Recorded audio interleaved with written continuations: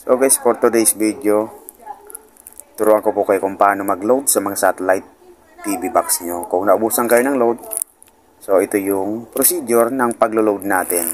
So ayan, as you can see, wala tayong load. So ito yung remote gamit natin.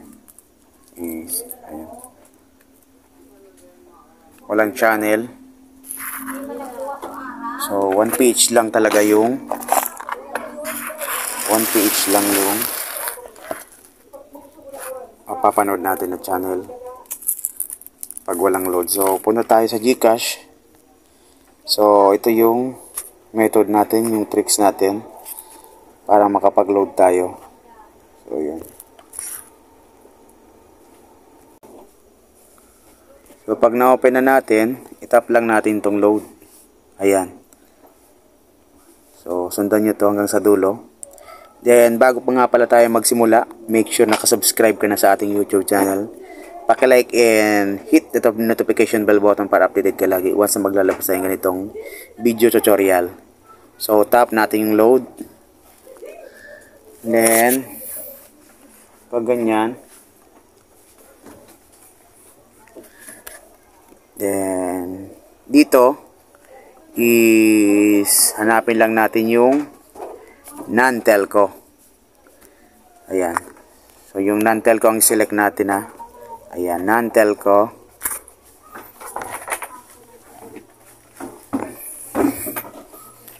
So, pag ganyan, is manghingilit yung ng mobile number. Kasi dito natin ilalagay yung, or may i-receive tayo ng PIN galing kay GCash. So, yung mobile number, yung valid, make sure nakasalpak sa cellphone nyo para ma-receive nyo kaagad yung PIN.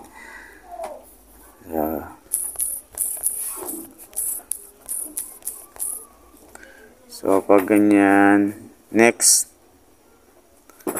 So, hanapin lang natin yung Pay TV. Ayan. Si Pay TV.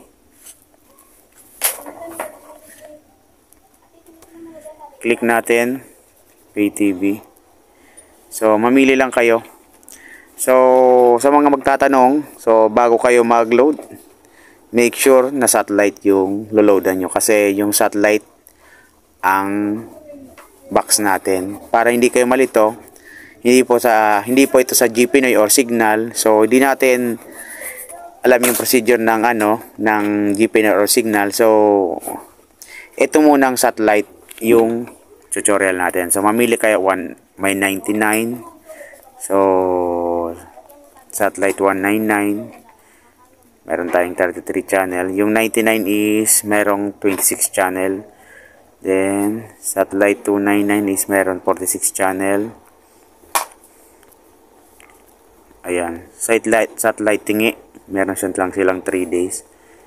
Ayan. Satellite load is 73. So, meron ditong 2 days available for prepaid premium SDN. Ay, sa Signal pala to. Sorry guys. Satellite yung, ayan. Satellite meron silang, ayan. 3 days. Electronic PIN, 25 satellite prepaid kit. Watch up to 50 channel valid for 3 days. Ayun. So, mamili na lang kayo ng gusto nyo. So, meron silang NBA satellite add-on 30 pesos. Meron silang 3 days para makapanood nyo yung NBA. So, nandito naman lahat ng pagpipilian nyo. So, for example, dito na tayo. Is yung satellite ito. Yan. So, sana nasundan nyo to guys. So, itong satellite load 99. So, i-buy lang natin. Click lang natin. Kailangan may legit na internet kayo para makapag-load kayo sa mga GCash nyo. And then, meron kayong available balance sa wallet ng GCash nyo. So, as you can see sa screen natin, may available tayo. And then, ito, i-click lang natin tong pay. And then, 99, ayan, dapat mabawasan nitong, ayan, na balance natin. So, ganyan. So, click natin yung pay. Ayan. So, hintayin lang natin. Then, make sure din naka-open yung itong satellite TV box nyo, naka-open yung TV nyo para ma-receive nyo mga 5 to 10 minutes. So wala pang 10 minutes yan, mga 5 minutes yan. Depende. Yun. So may na-receive na tayo sa SIM card natin na PIN. Yun, nag-send na sa atin, di ba? So pag ganyan, ma-receive na natin yung PIN. Ito yung PIN. I-click natin tong PIN. Ayan, for example, itong PIN. I-click natin tong PIN na binigay sa atin ngayon. Ito. I-save natin tong PIN. Nakikita nyo, save natin yan na PIN. Ilang digit ba yan? So, kopyahin lang natin to. Punta tayo sa back natin. Punta tayo para hindi tayo malito. Dito lang tayo. Yan. So, save na natin. Ito yung kukunin natin, guys. Itong PIN. Baka malito kayo. Ito yung kukunin natin. So, 2, 4, 6, 8, 10, 12, 14. 14 digit na PIN galing kay GCash. And pag ganyan, back natin. Punta naman tayo kay Punta naman tayo kay Google Chrome. So, sana nasundan nyo to. Punta tayo kay Google Chrome. Then, dito type natin dito is magta-type tayo dito ng Signal Web Loading Tool. Web Loading Tool. Yun. So, ayan. Signal Web Loading Tool. Click natin. So, Signal Web Loading Tool. Ito. So, kung makikita nyo, ito ang i-click natin. Signal Web Loading Tool. Pagka ganyan, i-click natin. Then, magpo-proceed tayo dito sa web loading tool. Parang application yan. Pero direct kayo kay Google Chrome. So, accept lang natin. Dito naman is baka malito kayo. Kasi sa unang tutorial natin is nalito sila. Wala silang na-receive na PIN. Is nagkamali siguro. So, double check nyo. Dito ilalagay natin dito na papasok yung prepaid account ng galing sa installer nyo. Itong prepaid account ng satellite TV box nyo. So, itatype lang natin. Dito natin ilalagay yung prepaid account. Yung 8-digit prepaid account mismo. So, hindi kayo malilito. 8-digit prepaid account. Yan. Tapos, so, itatype lang natin dito. Ayan. So, 9065. Ayan. Dahil nag-load na tayo, ginagamit na natin to, nakasave na natin sa cellphone natin yung prepaid account. Automatic na yan. So, 8-digit 90650905. Ayan yung 8-digit account ng ating satellite TV box. Then, dito na papasok kay PIN. Ito sa box na to, dito natin ilalagay yung na-receive natin kanina sa cellphone number o sa SIM card natin, yung PIN na sinend sa atin ni GCash. Sorry. So, dapat yung PIN is, ayan. Ganyan lang dapat. Ayan yung PIN. So, ito po yung PIN kanina. Baka malito kayo. Ito lang yung PIN. Ayan, yung 14 digit. So, back natin. So, erase. Delete natin. 14 digit lang, mga idol, yung ilalagay natin. Ayan. 14 digit na PIN. Then, pag ganyan, make sure itong generate new image na ilagay natin. Kasi, sa feedback sa may nga nagko-comment, hindi daw na-receive nila yung PIN.